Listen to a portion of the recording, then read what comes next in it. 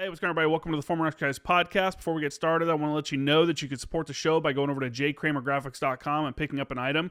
We also do discounts for group orders, so if you're looking, your unit, your business, whatever, is looking to do a large purchase, reach out and I'll send you a discount code. That allows you to also let everyone order individually. That way you're not stuck like collecting money, making rosters for sizes, colors, and all the other stuff. You know, that's the worst part about it. I remember doing it when I was in. Also, we offer free shipping on orders of $75 or more. And as always, if you're looking for a custom design for your unit, then reach out and we can facilitate that as well. So again, support the show. Go over to jcramergraphics.com and let's get to it. Let's talk about it, man. The history. So what made you decide? Are you from a military family? You have this history, you know, long-standing history in the United States. Is your family military? I am not.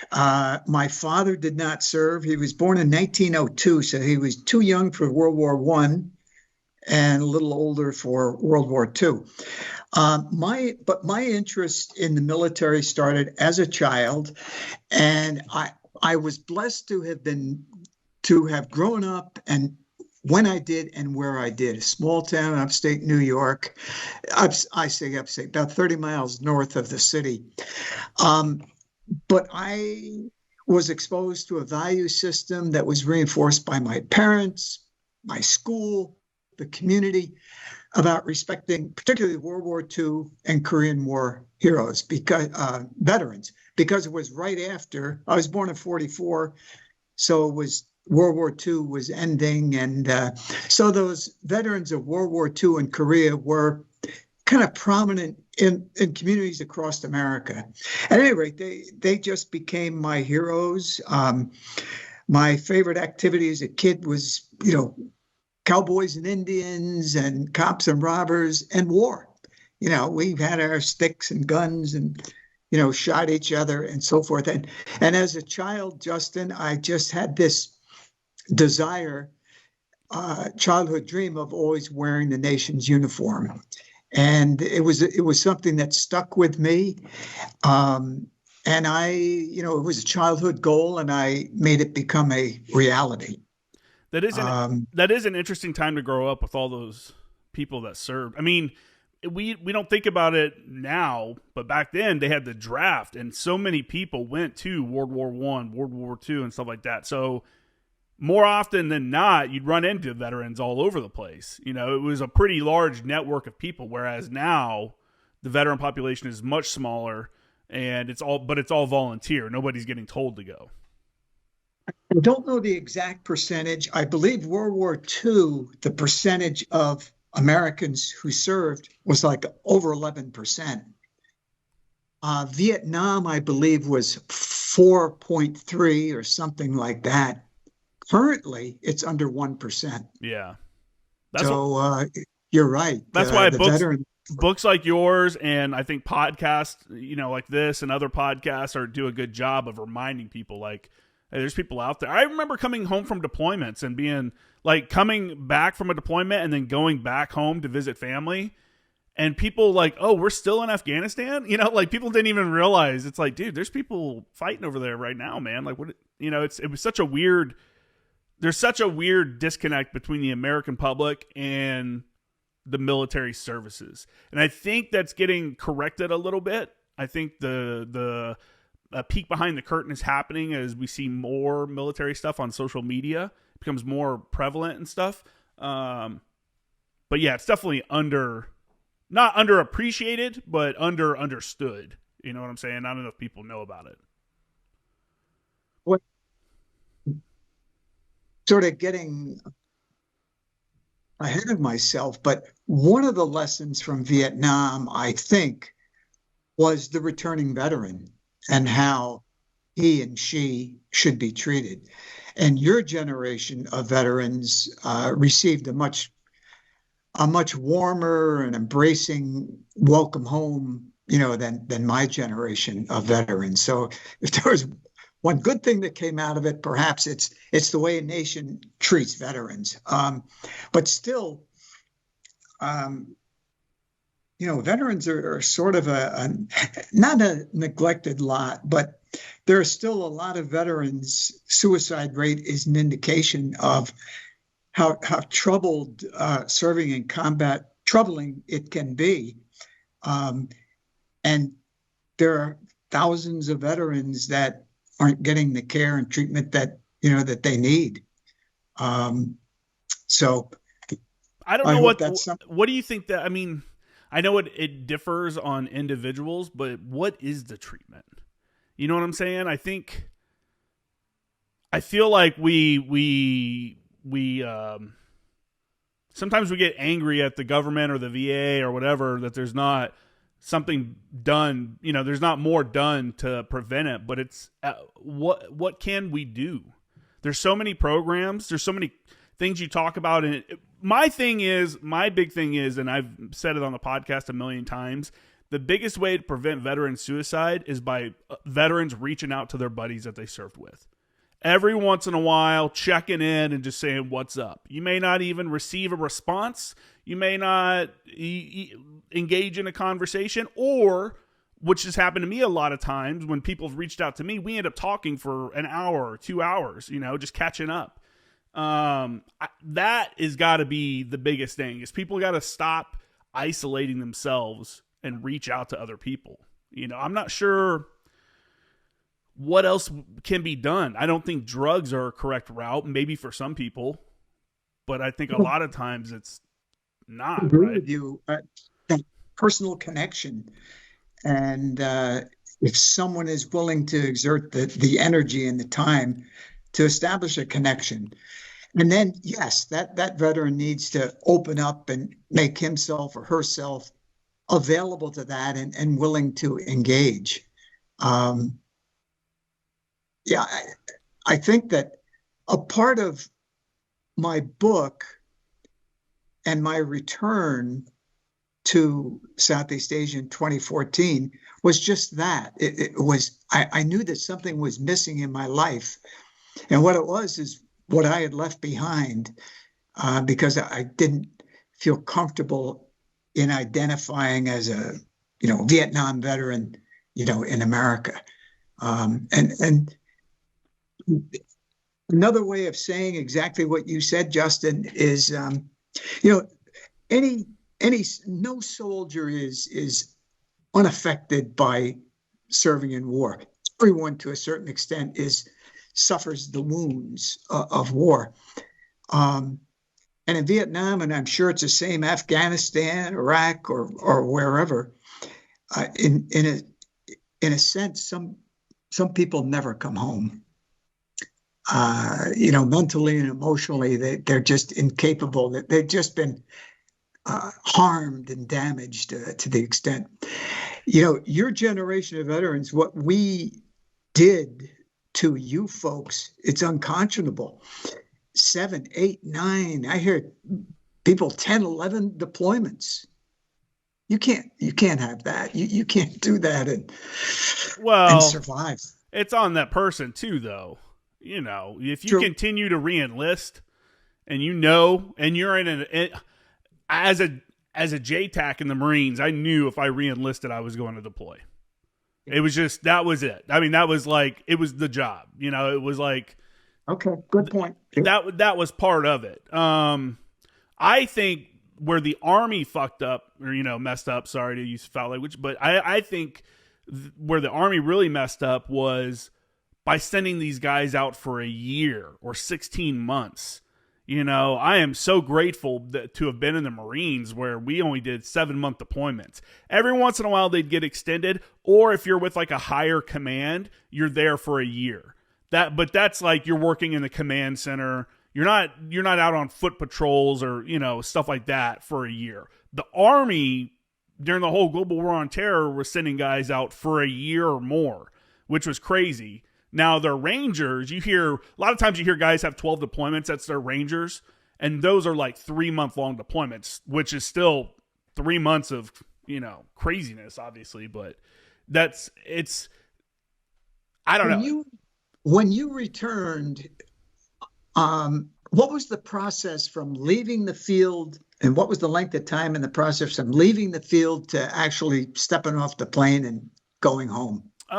It differed, but it was normally from like, hey, we're going home, and like jumping on, like, I'm trying to think, in Sangin, when I came out, when we got on the helo to leave there, by the time I was home within a week, I'm pretty sure. Okay. So yeah, within a week, I went from, the process was for me, because I was living in Sangin on an advisor team. We had these like dirt huts that we made with like what's called a HESCO barrier. It's like a big wire mesh and burlap lined cube that you can just, instead of filling up a million sandbags, you just put this big HESCO barrier out, and then you dump sand into it with like a backhoe or something like that. So we had, our living quarters were made out of these HESCO barriers. So we're living inside these like dirt huts basically. And went from that to flying to Leatherneck, got on a helo, flew to Leatherneck, got in some tents there, had our first chow hall, like actual chow hall, and forever. I remember us getting like ice cream at the chow hall. We're like, dude, this is crazy. Like, I can't believe they have ice cream here. Like, wow. And then we were there for probably a day or two. And then we jump on a plane and go to Kyrgyzstan. And then Kyrgyzstan was like, probably like Okinawa was for Vietnam. It was just like a stopover. And we stopped in Kyrgyzstan, and we were there for a few days, maybe 2 or 3 days. And that's where you start kind of just hanging out, not doing anything. Everybody's with each other. They give you your first time you can have beer. I know you guys got to drink in Vietnam, but here, when you get to Kyrgyzstan, they have like a bar, and everybody can get 2 beers. And then from there, after you're there for a couple of days, you jump on the plane, and then usually I was East Coast, so on our way home, we would stop in Bangor, Maine. And that was like the first, like, you're in the US, and they'd always have the USO or somebody would be there to like greet you and stuff. It was pretty cool, and then you'd fly home. Counseling. So you could decompress, but any counseling? So when you get back, so what happens is when you get back from Iraq or Afghanistan at the time, and this changed over time. Before you deploy, they make you go and take a cognitive test. I can't remember what the cognitive test is, or what it was called, but it was like a timed like cognitive test, just to random stuff. How many squares can fit in this, blah, blah, blah, stuff like that. And then when you get back within like a week, you go back and take that test again. And then that's a time where you can be like, hey, they want you to list everything. They want you to list, were you in a place that had dust? Did you see dead bodies? Did you see explosions? Did you see gunfire? Were you injured? It was all these different questions just to keep a record of it. So later on, if I have an issue, I can be like, hey man, it's, recorded here. Some guys, there was differing opinions on what guys would put on that, but I'm like, hey, if you're honest and you're like, yeah, I saw a dead body, or there was an explosion or an IED or whatever went off, but you're like, I'm okay with it. I'm like, I'm dealing with it. Okay. It was fucked up. It was messed up at the time, but now I'm dealing with it. Then you're fine. It's people where like, I don't know. It's a way to track. Like, man, this guy's been seeing a lot of dead bodies. Maybe that's probably the issue, So, as far as I know, in Vietnam, there was nothing like that to track, keep the tabs. And, the guys in the field, like you, they were put on a helicopter, went back to base camp, and Tonsanut, hop on a plane, and 48 hours later they were home again. So yeah, it's crazy. It's a crazy flip. And what the other thing too to point out for you guys, where you guys had it worse, was that you were all individual augments. It wasn't like we all deployed together and then come home together. For the most part, we probably come in 2 waves. There's an advance party, stuff like that. But for the most part, the entire unit deploys together, and then they do the deployment and then come home. Whereas in Vietnam, the unit is stationed in Vietnam, and you just have rotations coming through, correct? But you don't know anyone going in, and your next duty assignment, you don't know anyone there. You're all augmentees. as you say. So when But you became of age to where you could start making this decision to join, what made you choose, what made you choose your branch and your job? well, I graduated college. I went to 1 year of graduate school, and again, in the back of my mind, I always wanted to. I knew I wanted to serve. Um, and I looked around, and I chose the Air Force.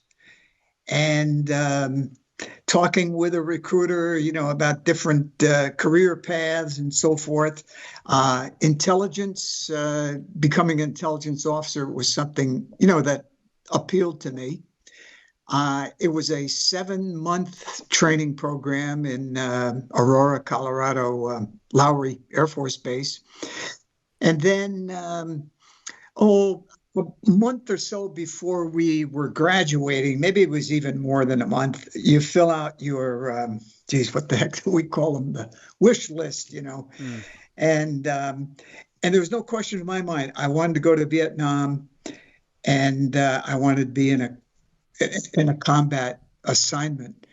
And in my way of thinking, that's why you join the military. I mean, why else would you want to volunteer and do that if not to serve your country in that role? And I was blessed. I was very lucky, very fortunate. I got a flying assignment in an airborne command post, and I was thrilled. I had one of the best Air Force intel assignments, I think, in Southeast Asia. There are a couple other intel guys that worked for the CIA up in Laos, and that was pretty hands-on as well. So, there were. I don't know if I'm embarrassed to admit this. As I'm going through intel school, there was almost a kind of a concern that, hey, I hope this war isn't over before I graduate and I can get over there. And I know that there were others that sort of felt the same thing. Guys were doing the same thing when I joined. I joined in 2006, so we were like, oh, we're probably not going to go to Iraq. Like, the war will be over by then. And then I actually was supposed to deploy first in 2007 or 8, I don't remember. And they pulled me off of it because I was working on this other project. I was working on this test Jeep and stuff like that. And I was mad because I was like, well, if you pull me off this, I'm probably never going to get to deploy. And then not knowing that the war was going to keep going on for at least a couple more years. So, in fact, Afghanistan, that was longer than Vietnam. That right? Yeah, it was over 20 years. They went in October of 2001, and then just over 20 years. When did they pull out? What was the actual date? I don't remember the actual date. It was 2022, I believe, though. What'd you think about that when you saw that as a Vietnam vet? The war? The pullout of Afghanistan. Horrible. And disturbing. What, 13? Was it 13 lives that we lost? And just as reprehensible, no one has been held responsible. The only two people that I heard were held responsible were two. One was a Marine Corps officer, and perhaps the other was an Army officer, and they demanded, some accountability for that pullout. Mm-hmm. And the fact that who was responsible. I mean, someone signed the orders and someone made the decision. And the lives of those 13 men and women, it's just unconscionable. Yeah. And then the billions of dollars of, I don't know how many brand new Humvees, brand new Black Hawk helicopters, pallets of $100 bills. And to this day, Justin, no one's been held responsible. I will say part of the equipment that was left behind was intended for the Afghan National Army to use to support their country. So part of it was that, but I, having been an Afghan National Army advisor and worked with them, when they said we were pulling out on this date, I remember when they announced like a date, and there was someone on Twitter or something that was like, Taliban will take over Afghanistan within 6 weeks. And I was like, 6 weeks? I think I put it on Twitter. I think 6 weeks, more like 6 days. And it because I knew the corruption within the system, there was no way that you're talking about on these far outposts that these Afghan National Army soldiers are at. There is no way that they're going to attempt to defend anything when they have one magazine of ammo, they haven't been paid in a couple months, and they're hungry. When the Taliban rolls up and goes, you can drop your arms and live, or we'll just kill you. Like, what do you expect them to do? And that's because of corruption. Now, I agree with you. Someone needs to be held accountable. I don't know. The fact that the generals allowed this to happen, and I know they can't say no to the president, I guess. From what I understand, this is a lot of the details were dictated directly from the White House. But if that's the case, then now that Biden administration is over, some of those general officers that are probably retired now need to come out and speak out about it and be like, hey, listen, we tried to say don't use Kabul, let's do Bagram, this airfield in the middle of nowhere on a base, rather than in the middle of the city. But either way, go ahead. Dude, as we talk, I'm reminded of what really are parallels between Vietnam and what you experienced. If I could recall everything that's going through my mind, but very quickly, the scenes on the tarmacs, the runways where the big transports are running down and all these people are running after them. Well, in the book, I talk about the betrayal of the Hmong.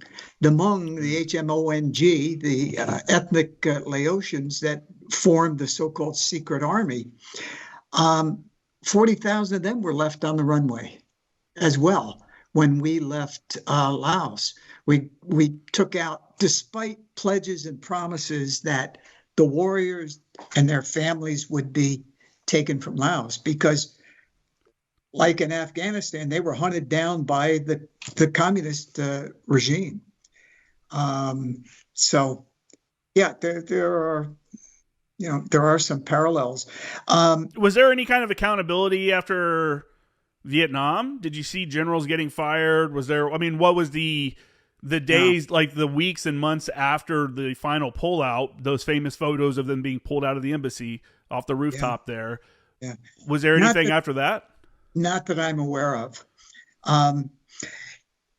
You mentioned the generals. Where were the generals? And, did they say anything? Or in retirement, did they say anything? In the aftermath of Vietnam, and while things were unfolding, we knew, for example, in the air war, that targeting was done basically from the White House, and President Johnson and his minions were, doing the targeting. But they were targeting the same targets, same time on target, the same IPs were being used. There was no, and my thing is, where were the colonels and the generals in the Air Force to say, wait a minute, we got to change something?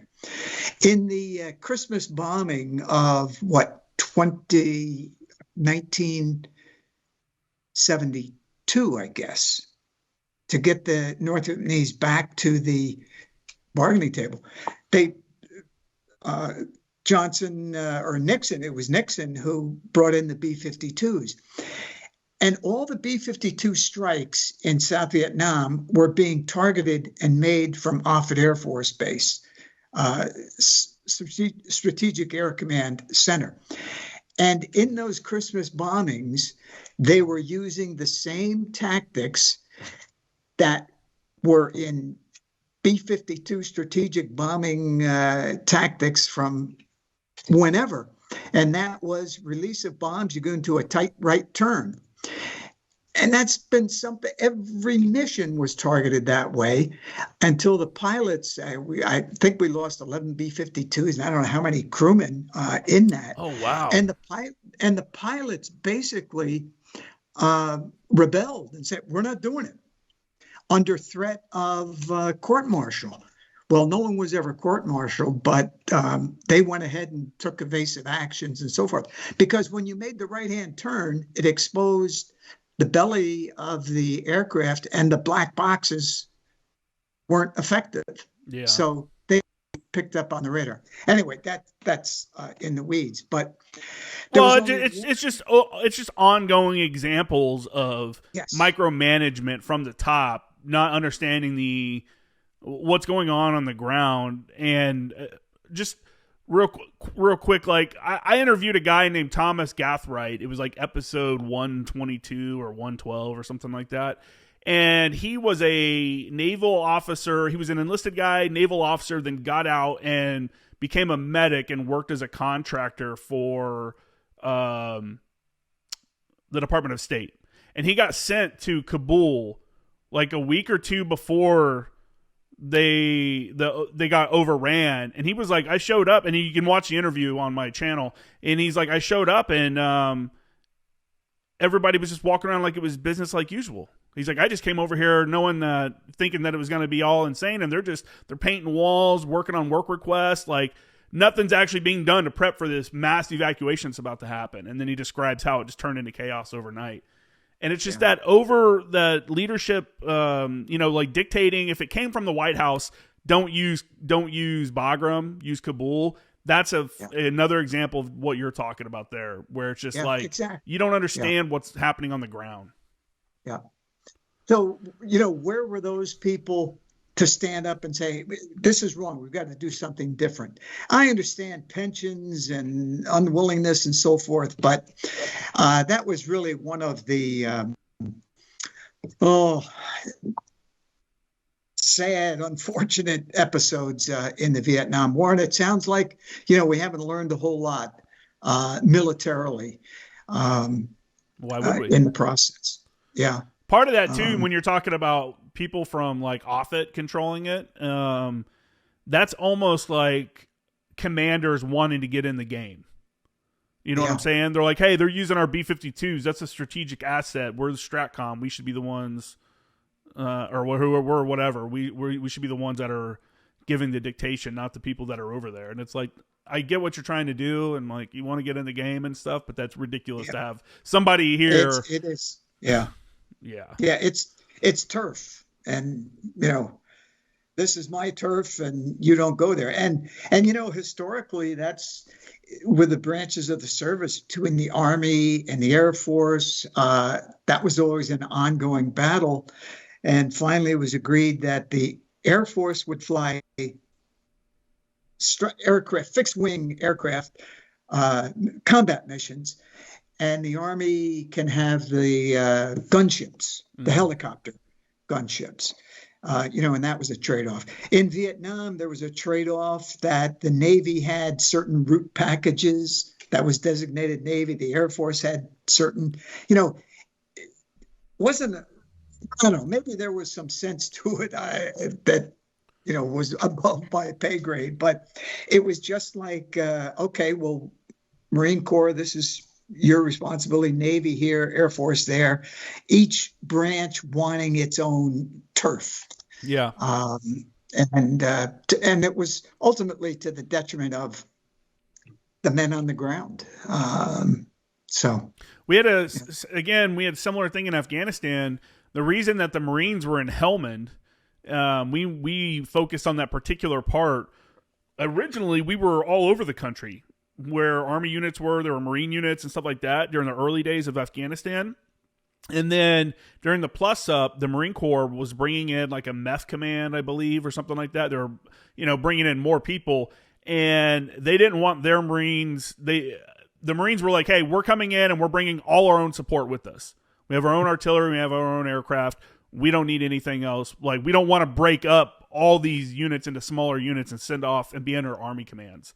And that's why we ended up as Marines being focused on Helmand Province in Afghanistan, similar to how they broke up portions of Vietnam, and different branches had their own missions going on. And there was some crossover, but for the most part, it's like, this is my area. This is where we're working at. So, yeah, it's very interesting stuff, these military tactics. How, I was listening to a video that you had put out about the I think it was your first mission or something like that in Vietnam, and you were describing like the map boards and things.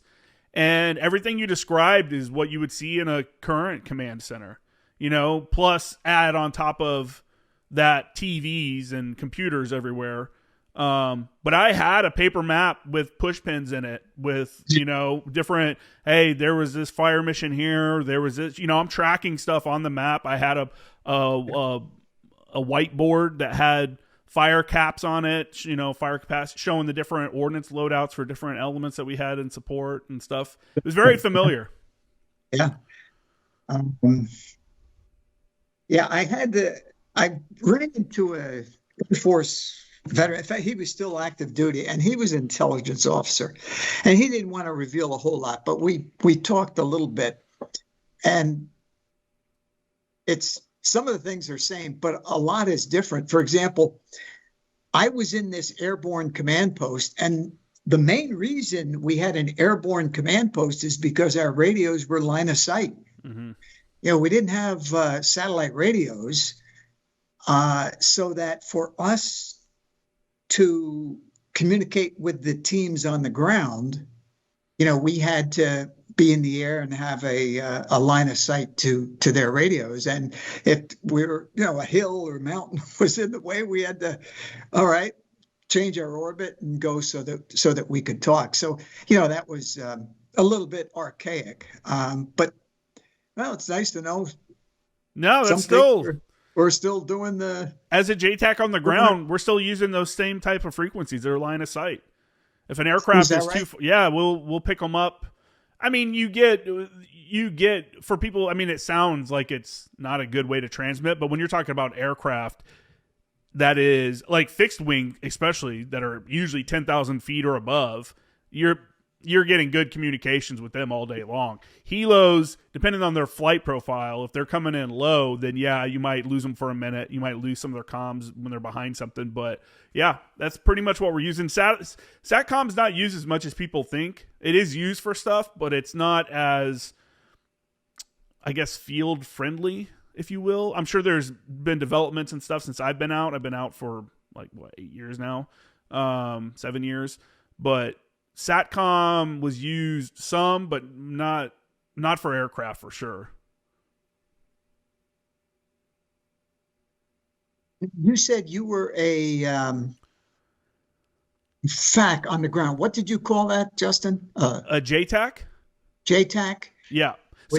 Which we have now, and I'll get some of this for everyone to understand better.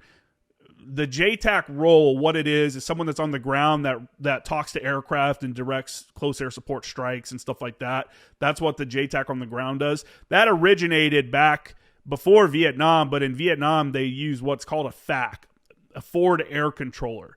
A forward air controller is the same thing. They control ordnance. They tell aircraft where to fly in the sky and bring them in certain directions for attacks and stuff like that. But if they're in an aircraft, we call them a FAC-A. So FAC Airborne, Forward Air Controller Airborne. Now, in the Marine Corps, pilots have to do a ground tour. That's after their first 6 years or something like that. They do a 2-year ground tour. A lot of those pilots want to go become JTACs. But if they get that JTAC qualification, they go through the schoolhouse. It's called TACP school, Tactical Air Control Party School.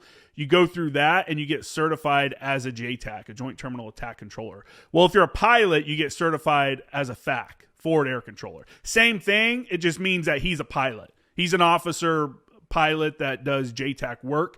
If an artillery officer becomes a JTAC, he's a JTAC. He's not a FAC because he's not a pilot. Those ground FACs, U.S. servicemen were used in Vietnam. In Laos, we used what were called forward air guides. Same principle, FAGs they were. And they were CIA personnel trained in some Laotian, but a lot of Thais and a handful of Americans. And they were embedded lots of time, but sometimes they were with smaller guerrilla units. And that was one of my main jobs, was to communicate with the FAGs on the ground. And during my year I became close, particularly close with one. His call sign was Hilltop. But that was a big part of our job as Intel, was to communicate with them. And then they would be the ones that would direct the strikes, the aircraft, the gunships, flare ships, or whatever we sent to them whenever they had troops in contact. So yeah, similar, I guess, as and so you were using them in Afghanistan as well, the ground. Yeah. Yeah, the JTACs for a while actually, I think they started to see the worth of having somebody there that can direct airstrikes, and they wanted a JTAC basically on every detachment that was going out. Every detachment that was deploying was trying to get a JTAC, and we actually, this may surprise you, but we were having sergeants go to TCP school. That's when you would first, if you were a forward observer sergeant, you were more than likely going to be screened to go to TCP school to become a JTAC. I never realized that, well, for example, line of sight radios were still being used and using these JTACs, as you call them. Go ahead. Well, the Air Force, of course, made extensive use of airborne fax. And they were in slow-moving aircraft doing steep bank 60-degree turns down the trail system and so forth. And they played a huge role in the air war. So now our FAC-As are, you can be all the pilots, all the fighter pilots, not all of them, but a lot of, not even half of them become FAC-As, but quite a few of them. Every squadron has FAC-As in it. Both helo pilots and fixed wing, like your F-35s, your Harriers and stuff like that, F-18s. Those guys are FAC-As. And as a JTAC on the ground, what we will do sometimes is, if I'm working an area, if I'm like, okay, this is my target area, I have multiple targets, and I have multiple aircraft checking in, then I will put some of my work on the FAC-A. I'll be like, hey, you control routing, safety of flight, and check-ins. And I'll let them, as aircraft come to me, they'll take the routing, safety of flight, and check-in while I'm working on my missions. I'm like, okay, I know I have 2 F-18s coming. I have 2 Apaches coming. Then and I'm coming up with how I'm going to do my strike. You get them backed up. Yep. Yeah. Yeah, it's a weird dance. And now, because of technology, like in Afghanistan, what we wanted was, we would want a JTAC at every outpost, basically. Every company, every line company had a JTAC in it. But the JTAC would basically sit at the command center, and that way he could control the entire battlefield. He could control air for everybody. He wasn't necessarily out on foot patrols. There are times that happened, especially when you're talking about raids and special operations units, stuff like that. More so there. But for your normal infantry JTAC, a lot of times you're in command center so you can control more of the battle space. Because if I'm out on a foot patrol with first squad, then I can really only have situational awareness of what first squad is doing. I don't know what the rest of the company's doing. So the JTAC could be there, and then we have what's called a joint fires observer, which is basically an artillery forward observer. A lot of jobs can get the qualification, but an artillery forward observer was the one that started it, that can talk to aircraft. That just means you've been to school to talk to aircraft. And now, me as the JTAC, I have a JFO in each platoon of my company, or each squad of my company. So when they go out on a mission and something happens, I got a guy that can give me good targeting information, and then when we're going to do the strike, he can give corrections to the aircraft. He just can't clear them hot. Who controlled the aircraft coming into your area and out of your area? Did you do that too? So the ones checking in, that would be at the battalion level. We have the air officer. So the way it works from the ground level is, I have a JFO that's out on a patrol base, and he goes out on actual foot patrols, and he may talk to the aircraft to give targeting information, but he's not allowed to clear them. Then at the company command center, you have the JTAC, who is talking to that JFO, And then when the mission is approved, he's giving the actual clearance to drop. And he's talking back to the battalion, where the battalion has the battalion air officer. The battalion air officer gets his approval, gets the approval for the emission from the CO, OPSO, or XO, and tells the JTAC that he can drop. Before that, then you have the next level up is it's the regimental air officer, but they're working with like higher levels and they're directing aircraft. So there's all these elements. There's like the strategic picture, like, hey, we're going to have 6 F-18s in southern Afghanistan today.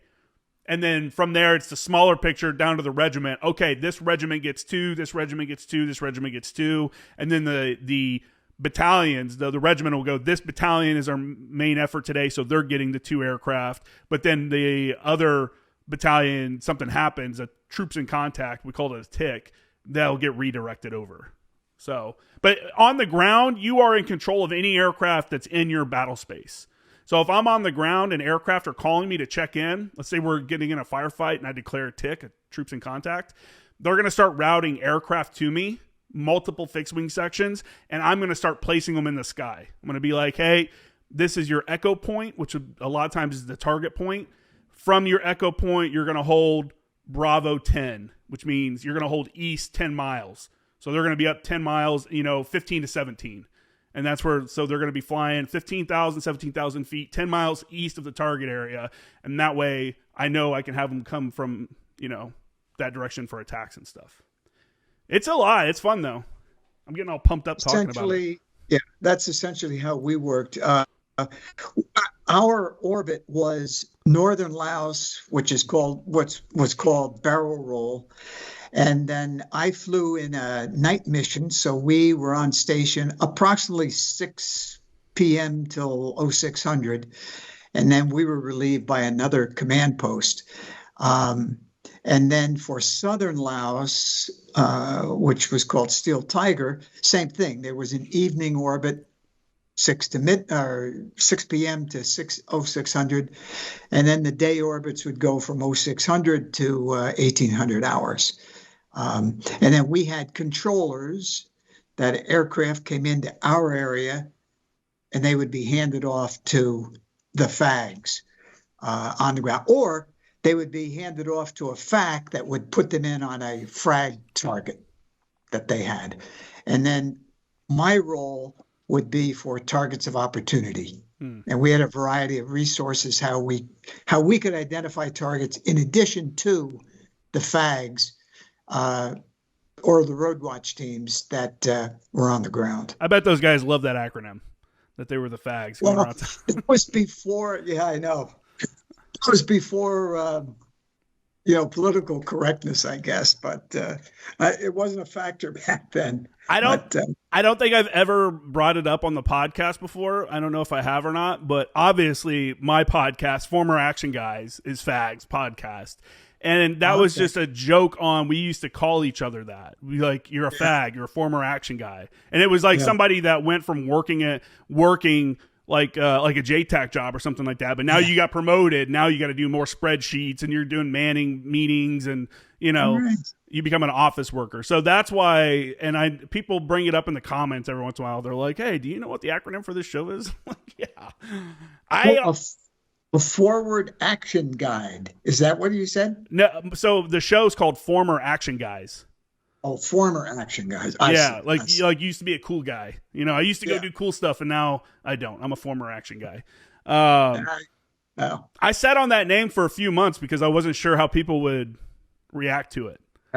Former action guys. I knew it. I knew the acronym was FAG. I was like, man, they may not like this. So I sat on it for a few months before I decided to pull the trigger and go for it. But, when you're talking about, I had a guy on previously. He wrote a book as well. I'm trying to remember which one it is. Oh, What the Taliban Told Me or something like that. Yeah, What the Taliban Told Me. He was a Air Force cryptologist that flew on AC-130s and would pick up radio chatter and feed that down to, elements that were working, like use that as part of the intel, right? Yeah. Was that something similar to what you guys would do? Try to pick up that radio chatter and then update guys that are on the ground with what's going on? not in real time. Um, the Air Force and the Army flew ELINT missions, electronic intelligence.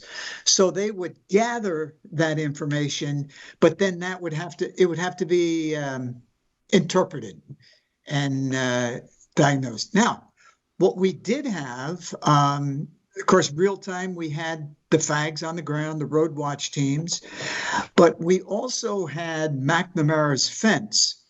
And those were the sensors that were placed on the ground. They were first placed along the Ho Chi Minh Trail, which a little bit was in northern Laos, but most of it was in southern Laos along the border with Vietnam, on the through the Annamite Mountains. And the sensors, there were two types. They were acoustic, which picked up words and noises and so forth. And then there were seismic that picked up movement on the tremors on the ground. For the most part, they were air delivered. Some were actually placed, hand placed by some SOG teams that went in. And then the sensors were placed in lines, and once they were activated, that information was radioed to an airborne platform that then transmitted that information to a command center at a base on eastern side of Thailand, right on the Mekong River, Nakhon Phanom, NKP, Naked Fanny. And they had an organization called Task Force Alpha. At the time, it was, well, McNamara's fence, it was known about. But they were, first generation of computers. So the computers interpreted the information. Then by radio, they would contact us and indicate where the movers were, where the people were. They would give us coordinates, and then we would divert gunships or fast movers or slow movers, whatever platform we might have available to that location. Because the North Vietnamese moved at night under the cover of darkness. Very little activity on the trail system during the day. They all hunkered down in truck parks and caves and so forth. But at night, that's when the sensors were most active. And through some programs, at the start of the Vietnam War, we were, and I can speak for the Air Force, we were woefully unprepared for unconventional warfare. Mm-hmm. The Air Force had high, fast craft that were designed to do one of two things. One, intercept the Russian bombers hundreds of miles off the coast, or the other thing was to, like the F-105 and F-104, do a pop-up maneuver and deliver a nuclear bomb. They were never designed for close air support. My God, that's what we were using early on in the war. F-104s, F-106s for close air support. It was totally insane. So the Air Force embarked upon two things. One, it was called Shed Light, and this was technology. It was battlefield illumination. It was also night vision. And they developed, that was the start of night division, night observation devices, which I'm sure you used on your helmets, right? Yep. So that was the start, and that was placed on aircraft. So for the first time, we actually could locate through infrared targets on the ground at night, troops, vehicles, and so forth. So all of a sudden, we had a nighttime capability.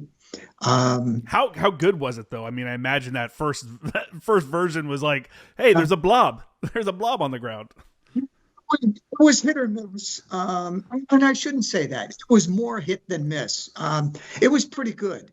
They could identify the movers, and we were mainly interested in the vehicles, the tanks and the trucks, and they could locate them. And then, of course, we had gunships, which was another product. It didn't come out of Operation Shed Light, but they had a special gunship program.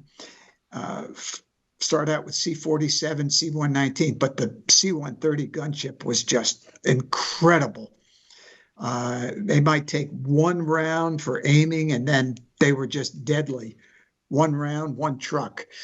So they were good. They were very good. Accumulated great BDA, and depending upon the location, of course, we transmitted all that, the location. So daylight, fast movers were sent out there first thing to try to pick up whatever was left in that area. So, yeah, that's for the ground sensors. How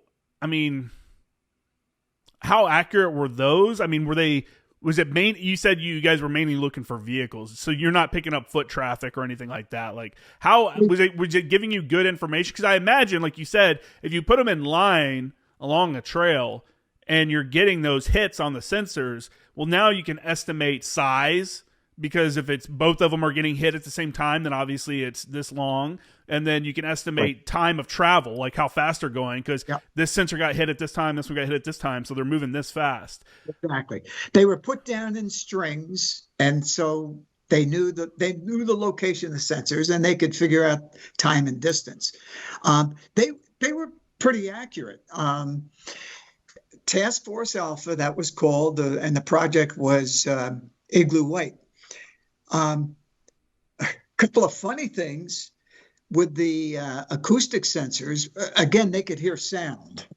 Well, from time to time, they would hear soldiers urinating on the sensor or near the sensor. Another time, they heard, and it was all translated. So it was a North Vietnamese officer. These acoustic sensors, by the way, they had parachutes designed to hang up in the tree so they could hear. The seismic were designed to penetrate into the ground. So they would see some of these acoustic sensors, and this guy evidently was sending up a couple of enlisted guys to get the little parachute material to make a dress for his wife. He was going to send it back to his wife.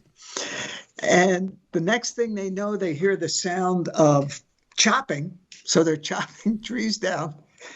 And then they hear screams. So evidently the tree fell on or close to. Oh, I thought you were going to say they got bombed.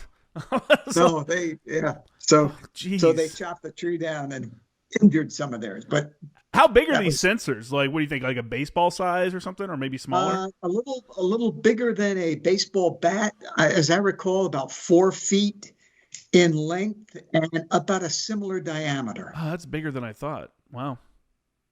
Yeah. That's interesting. Yeah. Yeah, that's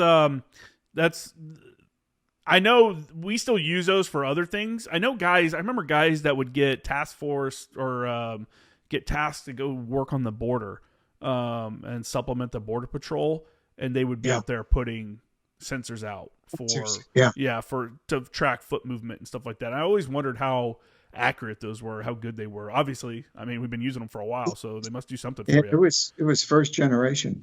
By far the greatest technology that came out of that Operation Shed-Light were they were called Paveway munitions, smart bombs.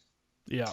And of course, initially they were laser guided. So with two aircraft, one aircraft would light up, illuminate the target. The other aircraft would drop the munition that had technology. So once it got into the cone of that laser energy, it was directed towards the target. That's been perfected. But that was just probably one of the single most impressive developments during the Vietnam War, the smart bombs as opposed to the dumb bombs. And that's on one of course, that's actually one of the first classes you get in TACP school for JTACs.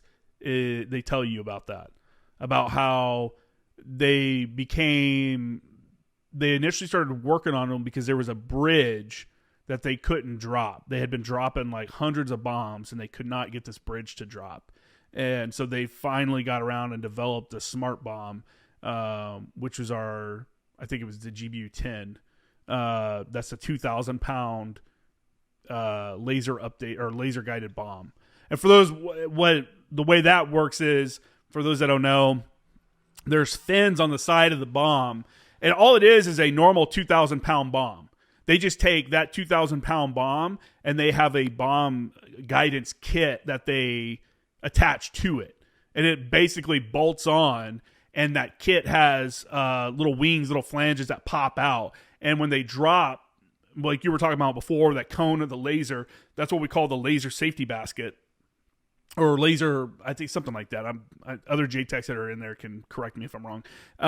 You have them come in at a certain, I'm not going to give the actual degrees, but you have them come in at a certain angle over your left or right shoulder so that they can see that laser code that you're putting down if you're ground-based lasing. If it's from the air, they're lasing from the air, and they just point straight down. But that seeker head on the front of this bomb picks up that laser energy, and what it does is it's called bang bang guidance, meaning the flaps doesn't fly. They're fly all the way open or closed. It's all the way open or closed. And so the bomb is going through the air and it's kind of dropping like that. It's doing this right here because the flaps will open and then it'll close. And they'll open and they'll close. And then it hits the target. It's crazy how it works. And now they have the Paveway. Then they had Paveway 2. And now I think they have the Paveway 3. And I believe those actually guide to it. They don't have that bang bang guidance. Yeah. So they can actually fly a lot farther. They can drop the ordnance from a lot farther out and let it cruise. So the bridge you were referring to in North Vietnam, I believe, was the Dragon's Jaw Bridge. Yep, exactly. Yep. I was going to say the same thing, but I wasn't sure, so I'm glad you said it. Yeah. There was another bridge in North Vietnam called the Paul Doumer Bridge. Paul Doumer was the French, I don't know what his title was, President or Secretary General of French Indochina. And they built this bridge in Hanoi over the Red River in 1903. And the Dragon's Jaw, as well as the Paul Doumer Bridge, they were targets in Rolling Thunder, the original bombing. Mm. And you're absolutely right. They sent, I don't know, 60, 90 105s on a bombing mission and did very little damage to it. And the Paul Doumer Bridge, similar kind of a thing. They had a little success eventually with the Paul Doumer Bridge. When I visited Hanoi, one of my must-see destinations was the Paul Doumer Bridge, and I was able to walk out on the bridge and go down on the ground underneath and see the old pylons where we had destroyed it. They were so ingenious. We had knocked out a couple of spans, and within a day or two, they were still shipping goods across the river. They had old tugboats and barges. They just, and then would repair seemingly overnight all the damage, bomb damage that we had done. Yeah. Well, that's interesting. So Paveway 3, okay, I should do a little research on that and see where we are with smart weapons. So, I was there when Paveway was introduced, and it made a huge difference. Oh, I can't imagine. I big mean, difference. One bomb on target is way better than 20 where you're, and even now I will say, because of the computers and stuff that are in aircraft, they're pretty accurate with even dumb bombs, because it's calculating. And when you're flying, let's say they're flying and they're doing like a level pass and they're just dropping it level, they're just holding the button. And when it gets to the release point, the aircraft will release it. As long as that button's being held. So it's not like necessarily like he hits the button right at the right time. He's like holding the button and the computer releases just as long as that, that's like the safety. And it's so it's way more. I mean, and don't get me wrong, there's some good, really, really good pilots that can shack targets, and there's some really bad pilots that cannot. Yeah. So, which no hate. I mean, I don't know how I would perform flying 400 or 500 miles an hour, dropping bombs on things. Yeah, with NA aircraft and SAMs and it's I was so impressed because I would listen in on strike frequencies. Our system was the controllers in our aircraft, as aircraft came into our area control, they would have them loiter, and then they would pass them off to the FAG or the road watch team or whomever was controlling the flight. So I would always listen in on the strike frequencies, and almost to a person, these pilots were so professional, very patient, with some of these guys on the ground that didn't speak the best English, but they were very patient and very professional. And it was I was privileged to have played just a small role in the whole scheme of the air war, in this case in Laos, which is a very small part of the overall theater of Southeast Asia and the Vietnam War. So they were wonderful, wonderful men. What was it like being in an area? I mean, because this wasn't well known at the time, obviously, that you guys were doing those kind of operations. So it's not like you can come home from the war and, like everyone else that came back, maybe relate with them, because you can't even really talk about some of the stuff you were doing at the time, correct? Correct. Yeah. Publicly, the war in Laos, we weren't in Laos. We weren't bombing and so on and so forth. We used to laugh. We had 7 aircraft in our squadron, 4 were flying every day, 2 were spares, and then 1 always went to Taiwan for major overhaul.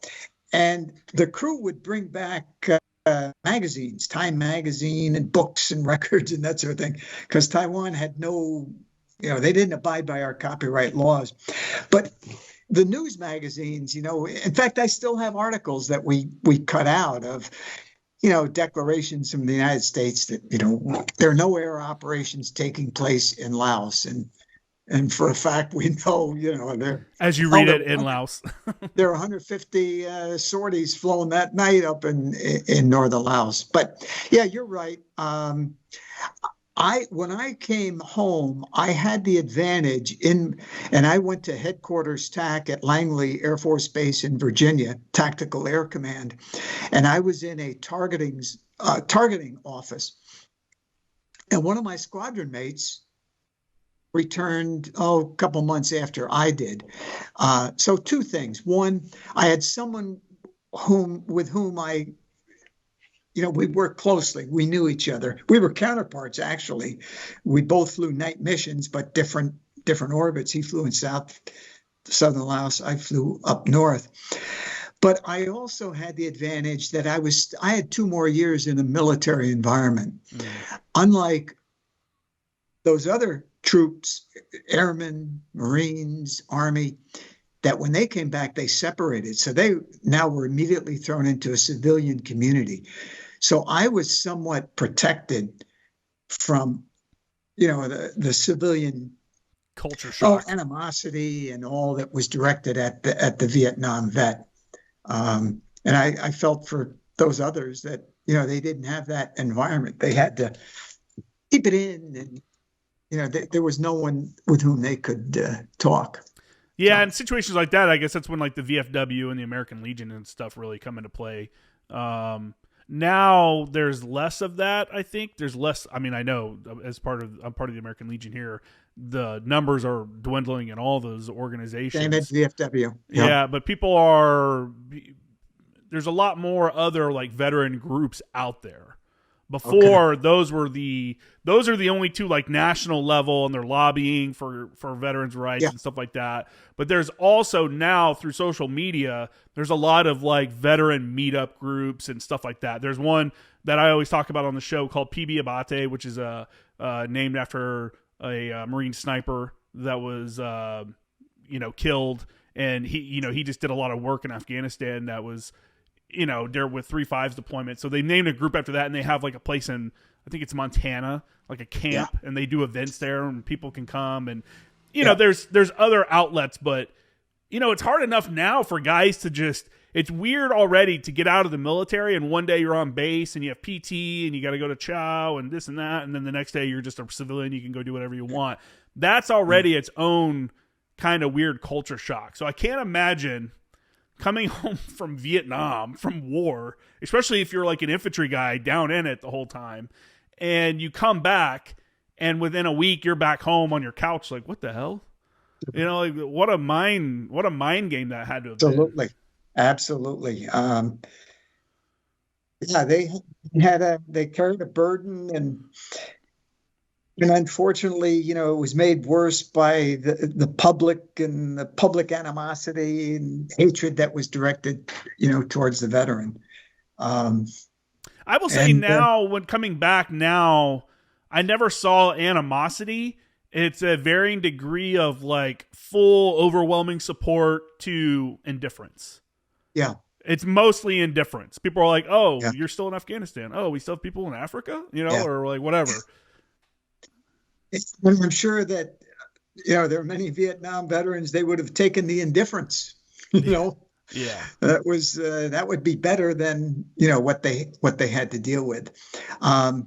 When I left for Southeast Asia and returned from Travis Air Force Base, it's up in Northern California. You probably know where it is.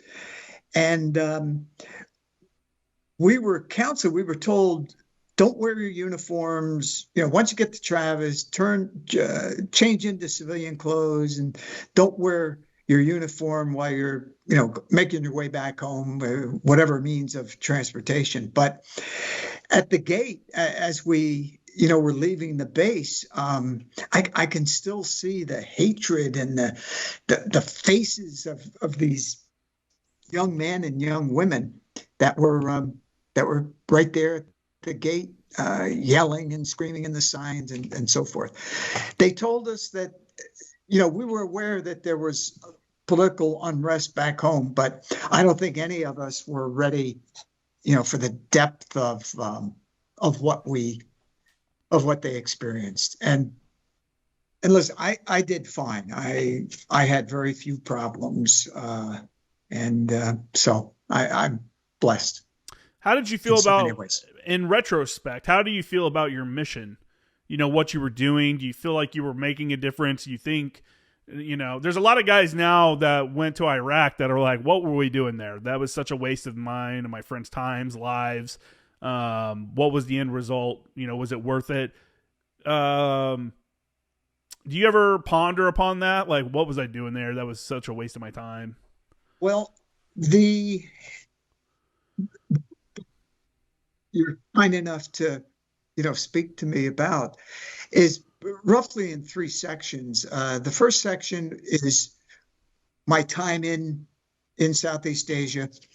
The middle section is watching the war from afar. I had 2 years in the military, then as a civilian. But then the third part, I returned to Southeast Asia. I returned to Laos in 2014. And I went in search of, whatever that part of me that was left behind. But to answer your question, I met some wonderful, wonderful people. I wanted to meet some enemy combatants. I wanted to meet some people that fought for the Hmong, that fought for the clandestine, l'armée clandestine, the so-called secret army. And I wanted to meet some of the Lao, the citizens. So, and I'll try to make this quick. I met, as I indicated, or maybe I didn't. I met a individual who had been a senior lieutenant in North Vietnamese Army, just by accident. Walking down the street, I was out on the Long Tien Bridge. I come back, here's this guy in a uniform. We meet.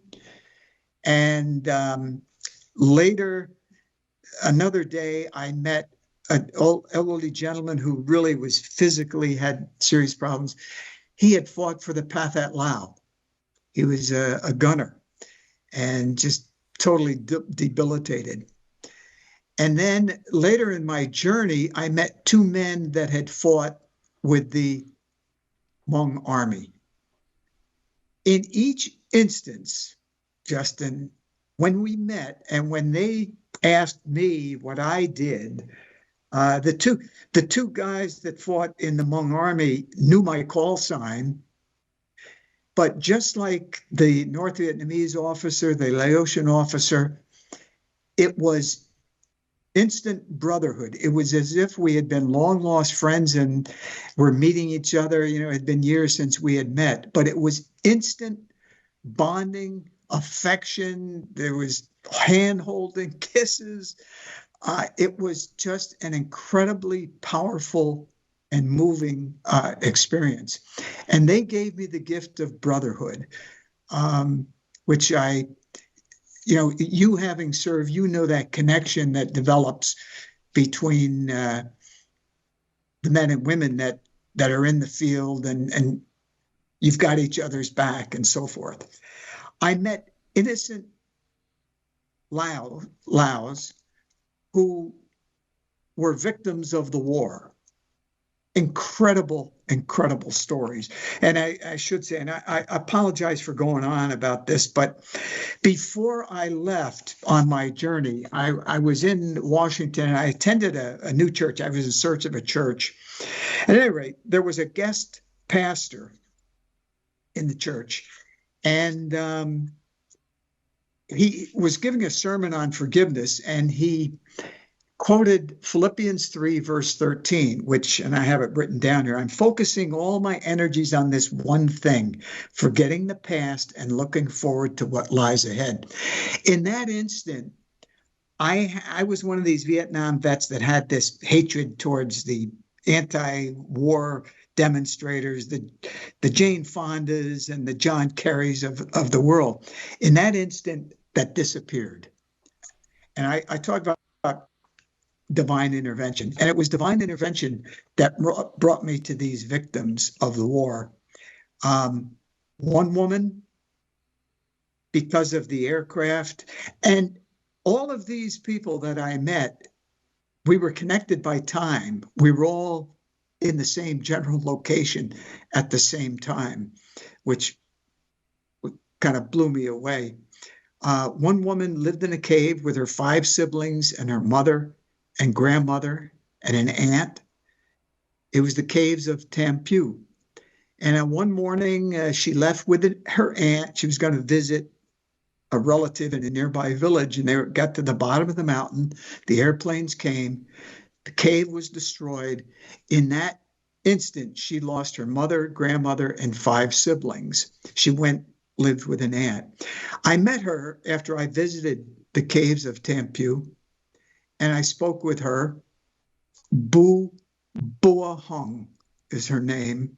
I've got that written down somewhere.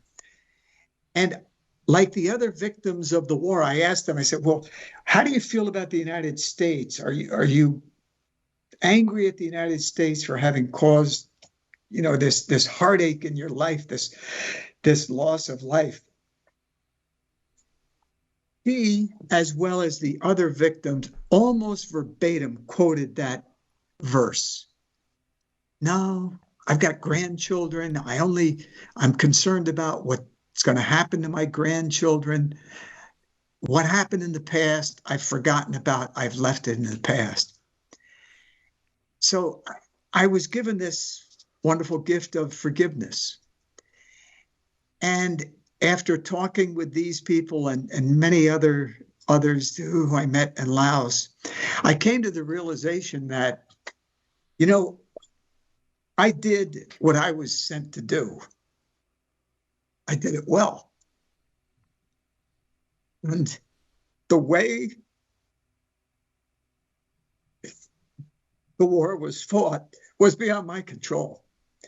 I didn't, identify the targets or allocate the resources. I had a mission like the 2.7 million others. We each had our mission to do, and that's all that I could do. Mm-hmm. And so for that, I felt redemption. So I did feel responsible. For example, there's tons of unexploded ordnance all over Laos today. And, I carried that guilt and responsibility, but I was given that gift of redemption as well, that, there was only certain things that I could control. And we did it. So I was given these wonderful gifts by total strangers, and so I could, we were proud to have served. We were proud that we were faithful to our mission. We were proud that we supported one another, and the emotional attachments that were developed. We're proud of the sacrifices that we made, and in some ways, we're proud that we went and served. Well, not everyone did. There were others that left the country and whatever, and they had to make their decision. They have to live with that decision, and in a way, the experience was such a learning experience for me and for a lot of us. I almost feel sorry. I almost feel sorry for those that chose, not to go and let others serve in their stead. But yeah, I've left that behind. I appreciate the brotherhood and the forgiveness. The Laotian people, I just can't say enough wonderful things about those wonderful Lao who live very simple lives. They deserve to live free. They, to this day, deserve to live free, but are forced to live under an oppressive regime. So, yeah, that's I've earlier on in the podcast days, I had mentioned a few times. I was like, I wonder what it would be like if I could get like a Taliban guy on to the podcast and just talk to him about, not that I think that they're doing anything right or that they're good people, but it would be interesting to get the perspective from them. Yeah. Like why, what they thought about us fighting and coming there. And I'd prefer, honestly, if I did, I'd want a Taliban dude from Afghanistan, not one of the dudes that came down from Pakistan or something like that. Because at least a guy from Afghanistan can be like, hey, this is my country. You guys came here and fought. And I can get behind that. A guy that came from Pakistan, I'm like, you came for the war, homie. Like, you knew what you were doing. 35 years passed from the time, of the war, the end of the war in 1975. Most of us were gone by 73. Most Americans were gone by 73. So there was a little bit more time. And with the North Vietnamese officer and the Pathet Lao soldier, there was nothing other than just joy, pure joy to meet someone. At one time, we had been adversaries, and there was just nothing in the way of lingering doubts or hostility. It was just a remarkable experience that I think we're too early for it's still too soon for Afghan stuff like that. Yeah. I don't know. It's it's weird. I mean, one thing that they always said in the Marines was keep your honor clean. You know what I'm saying? Like, war is an ugly place. You're going to go and things are bad, and there's no reason to make it worse than it has to be. I never saw, you hear these news stories and they're like, well, they targeted these women and children. They did this and they did that. And it's like, I never saw that one time. Mm-hmm. You worked in targeting. For us, for targeting, it was such to get a bomb drop, especially later on in the war, the rules of engagement were so strict. As the fire support chief for 3rd Battalion, 6th Marines, I would sit here on my computer and bring up like CEP rings, like the circle area of probability rings and stuff of where, you'd probably, you know what I'm talking about, like the damage rings and like, hey, this house, this other building is within that ring. We can't drop there, and that's how we would we had different rings that we'd pull up for different ordnance and be like, here's where the effects are going to go. And then we also had a list of mosque, and there's like a million mosque everywhere. Like every other building almost was a mosque, and those are all no strike, you had your no strike list and stuff like that. So I don't know. It's just, go ahead. This conversation is was so enlightening because that's another thing, the rules of engagement that drove us crazy. And I sort of changed my thinking a little bit on that. But yeah, we had no bomb lines around Chinese Cultural Center. We couldn't attack targets within 20 miles of the border with China. And there in the Fujian rail yards were 35 railroad flatbed cars with SAM missiles loaded on them, waiting to be shipped out in the field. There they were, but we couldn't attack them. We couldn't attack a SAM site until it went active. Now, how crazy is that? We could not attack MiG aircraft on the ground.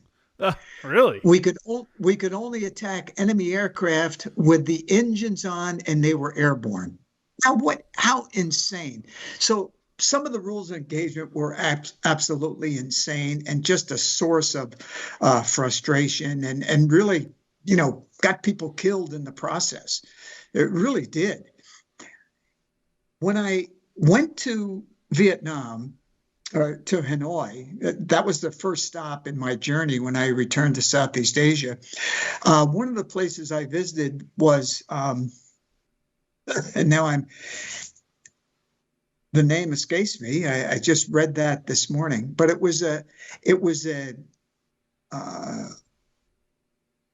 cathedral of learning or something along that line. I can pull that up here in a second. Temple of Literature is what it was, Temple of Literature. And this goes back hundreds of years, centuries. And it is just exquisite. It is marvelous. The history from the, 1100s and so forth.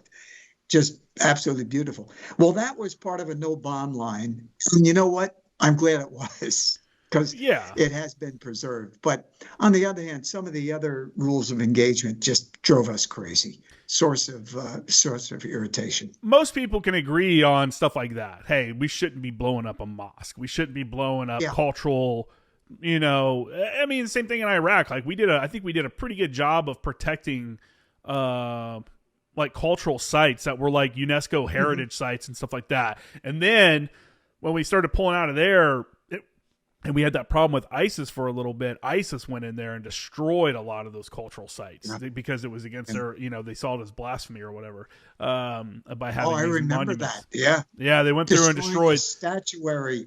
Stuff from the like beginning days of man, like this old stuff. But so a lot of the rules of engagement we could agree on, and no problem with it. Makes sense. Hey, you don't want to, but some of it became, they were like, hey, listen, we want to limit any damage to any structures at all, unless you're actively taking gunfire from a structure. You can't drop on it or anything like that. And that turned into, that was like the general level. Like this is what we're going to do. We're not going to target structures unless we need to. Well, when that trickles down the commands all the way down to the battalion commander, that became any structure is off limits to strike. And I remember being like pinned down on a rooftop and a guy was shooting at us and he was next to a mud wall. It was a field and he was next to a mud wall and I was talking to a Harrier. And I was trying to drop on this guy, and they denied my fire mission because they said he was next to a structure, which was just a mud wall in a field. And I'm like, this is crazy, so it's very frustrating. All those frustrations still exist, just in different, it's changed a little because of technology and things. Yeah, so, man, such a crazy time, though. Did you guys, you're airborne quite a bit. Did you guys ever have any aircraft get shot down? Did you ever do any kind of work? Like, I'd like to know if you had any kind of, engagement with, like, POW rescues or anything like that. Was that a thing? I mean, that war was so much more of a case of POWs than like what we see now in more modern wars. You don't really see that as much Yeah. like you did in Vietnam. Vietnam had a lot of POWs, and there's a lot of really good books out there for This- people that may not have read them about POWs yeah. in Vietnam. Yeah. I've had the honor really to, call among a couple of friends, some former POWs who suffered mightily. Some as long as, I don't know, Alvarez, not Alvarez, but 7 years. Our airborne platform, the way that search and rescue was organized in Southeast Asia, in Vietnam, as well as Laos, and I'm most familiar with Laos, so I'll limit it to Laos. We had a number of pilots go down. There were shoot downs every day, Justin. The way that SARS were managed was really remarkable, and it was the military and collaboration at its best. 24/7, there were C-130s, which a remarkable aircraft, first produced in the 50s and projected to still be produced in 2040. Just a remarkable, remarkable aircraft. But anyway, HC-130s, call sign was King, and they were airborne. 2 or 3 were airborne 24/7. And in the event of a shoot down, and typically strike aircraft were in pairs, not always, but there was usually a wingman, so that if an aircraft went in and was shot down, we knew it was known almost immediately, either by a radio mayday call or someone sees the aircraft go in. Even when an aircraft goes down and a pilot ejects, a beeper automatically goes off. So there are signals that we pretty much know exactly when an aircraft shot down. Not always the case. And at that moment, the King that was nearest the site becomes King 1, the on-site commander. And in that area, the whole air war stops for that rescue. And all of the resources are held off. King 1 is advised. Well, first thing, of course, is they want to establish contact, if they can, with Alpha or Bravo, front seater, back seater that are on the ground. And that's the first priority. But while that's happening, air assets are being organized and diverted to that location, so that almost immediately, if the communications with someone on the ground is established, King will designate a FAC who will direct the aircraft to strike. They'll mark the target and direct the aircraft to strike. And then at the same time, aircraft are being ordered to take off to report. And the best aircraft for SARS was the A-1E World War II aircraft, Skyraider. Could carry a huge weapons load. It could loiter for 4 or 5 hours. And was practically indestructible. It was famous for coming back with, flight surfaces damaged and incredible damage, but it could still land. So anyway, King 1 would begin to feed aircraft of support to the downed air crewmen. At the same time, Jolly Green rescue HH-53Cs, Air Force Jolly Green Giants, they were launched, and they were circling in the area. They could be refueled by King, actually, so they could loiter for hours. So almost immediately, the resources are there, capabilities there to pick up the downed pilot if they are in a relatively, if they're in a zone that they can be affected, they can be effectively picked up. So in some cases, it was a very quick rescue. In other cases, it might take several hours. They'll have to work on the bad guys, suppressing the soldiers, the bad guys that are in the vicinity. Yeah.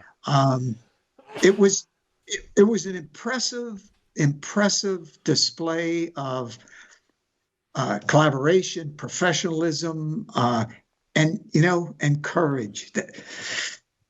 I don't know where, the courage and bravery of these pilots, unreal.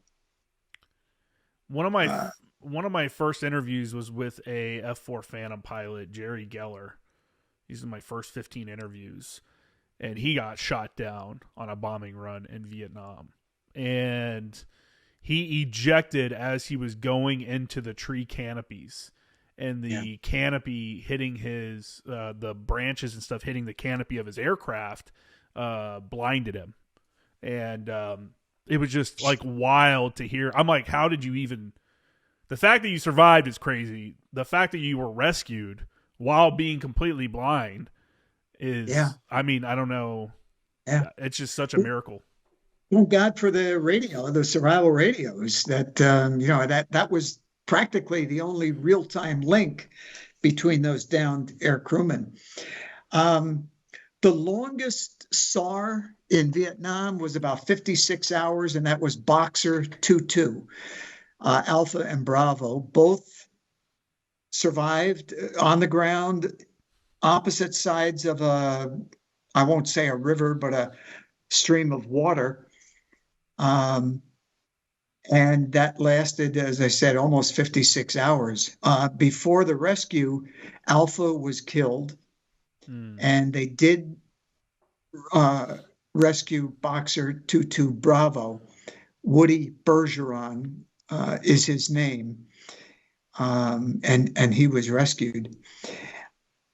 It was 30, I forget how many years, 30 some odd years later, the body of Boxer 2-2 Alpha, his last name was Danielson, was recovered, and he was returned home. During that rescue, one Air Force parajumper was killed. A couple planes were shot down too, trying to effect the rescue. Yeah, just incredible. Yeah, it is crazy, and there's I actually see updates pretty regularly of these groups that are looking for missing soldiers and airmen and stuff that both in Vietnam and both in like the Pacific Islands and stuff. Where all this fighting happened, because I don't know, it's what a crazy time. I can't imagine, something like, I can't imagine being shot down and then legitimately trying to survive for, a few days to try to make it out of there. You mentioned the guy that some guys that were POWs. Did they, I mean, how did they look at it from, I don't know what they've shared with you or anything like that, but you have this sense of relief and, forgiveness, it seems like, but do you think that time has kind of healed that wound or no? Oh, who I know, Joe Krecka, he lives, I think he still lives in Washington, and he came to a VFW post meeting to talk about his experience, and we sort of, became friends, casual friends, and so forth. His call sign was Dogwood. He was shot down. He suffered, a lot. But to answer your question, no, he's not of a forgiving mode. He's still, and this was the last time we spoke, which was a couple of years ago, that, he still had hostile feelings towards his treatment. And in speaking with him, I learned something, it blew my mind. Joe, how did you survive? What did you do? He was subjected to the beatings and the torture and isolation and so forth. And he said, well, it was a love of country. It was my religion. It was the camaraderie of the fellow prisoners that kept him going. And he said, and it was a sense of humor.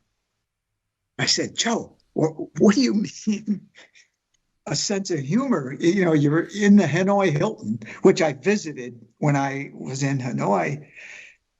In honor of Joe, I brought back some earth and stones for him.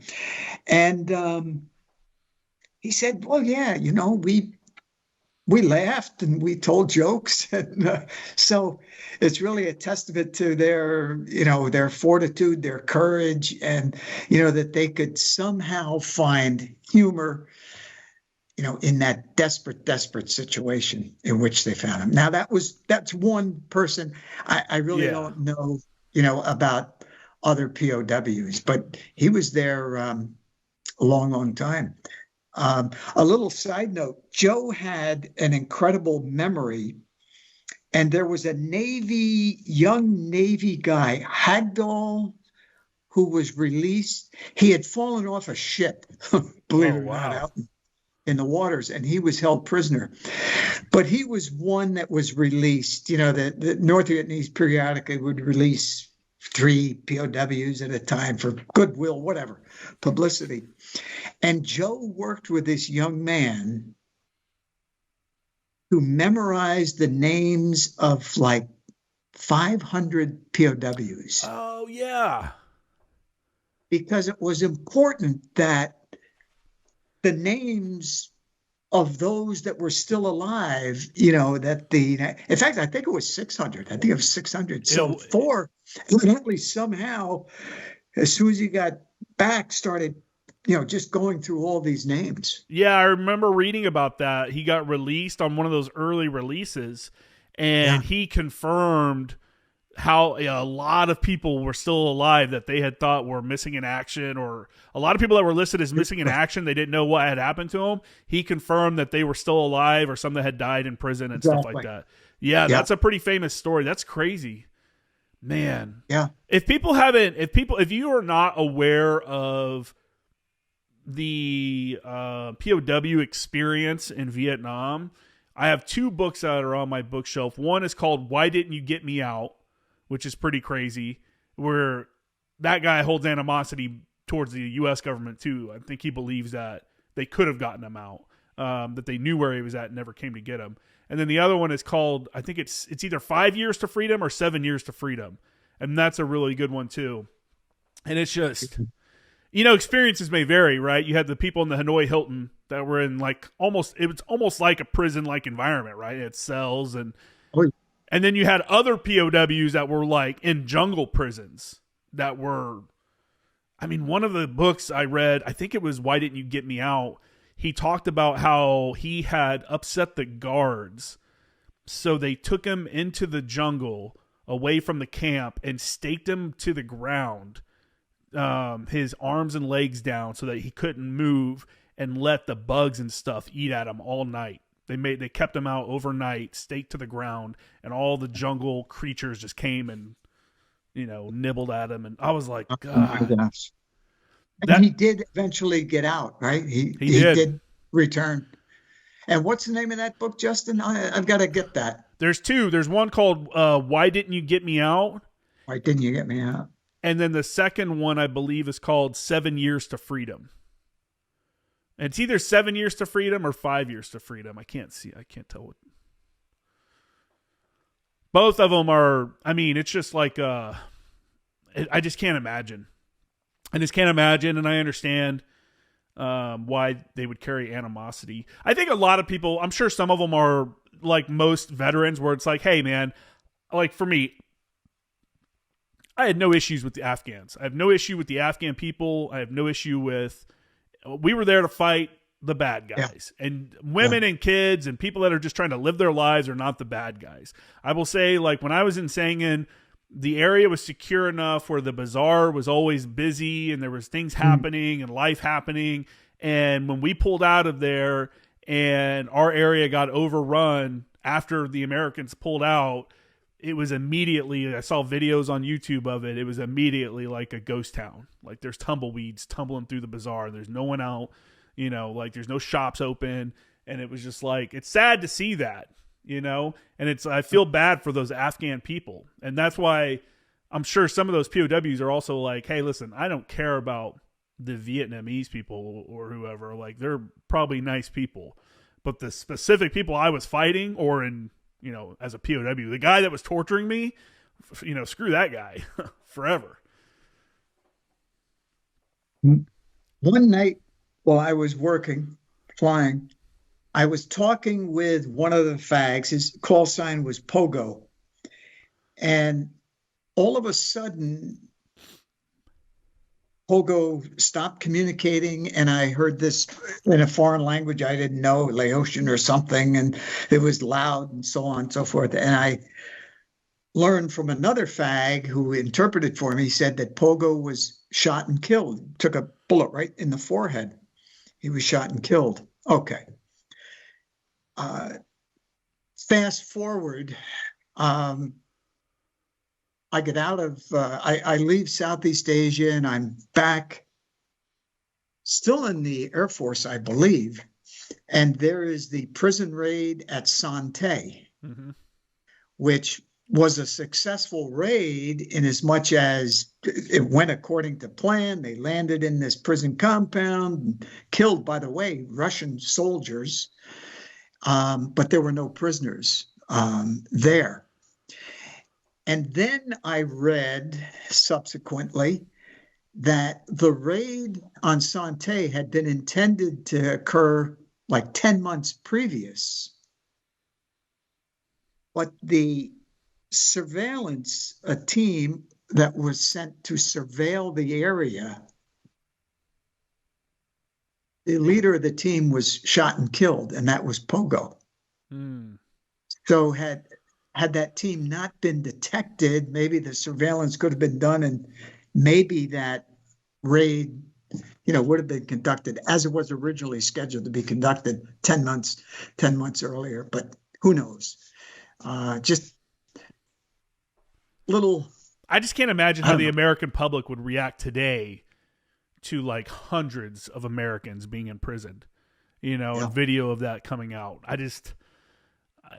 I don't know. I mean, during the global war on terror, there was a handful of people that got captured, whatever you want to call it. I mean, there was different instances that occurred, but there's nowhere near Vietnam, World War II, Korea. Like POW camps were not like a thing. It was just it's different now. It's like an interesting thing. But. Yeah. But yeah, man, Fred, I really appreciate you coming on. Where can people find your book? The book is Return to the War. Well, let's see. It's backwards. Return to the War on the Plaine de Jars. The Plaine de Jars, or the PDJ, is an area, it's a 500 square mile area right in the middle of northern Laos. And that's where a majority of the fighting took place and occurred. But the book is available on Amazon, as well as other books. What's that? Barnes and Noble and other bookstores. It's available. But yeah, I appreciate this opportunity, Justin, very much.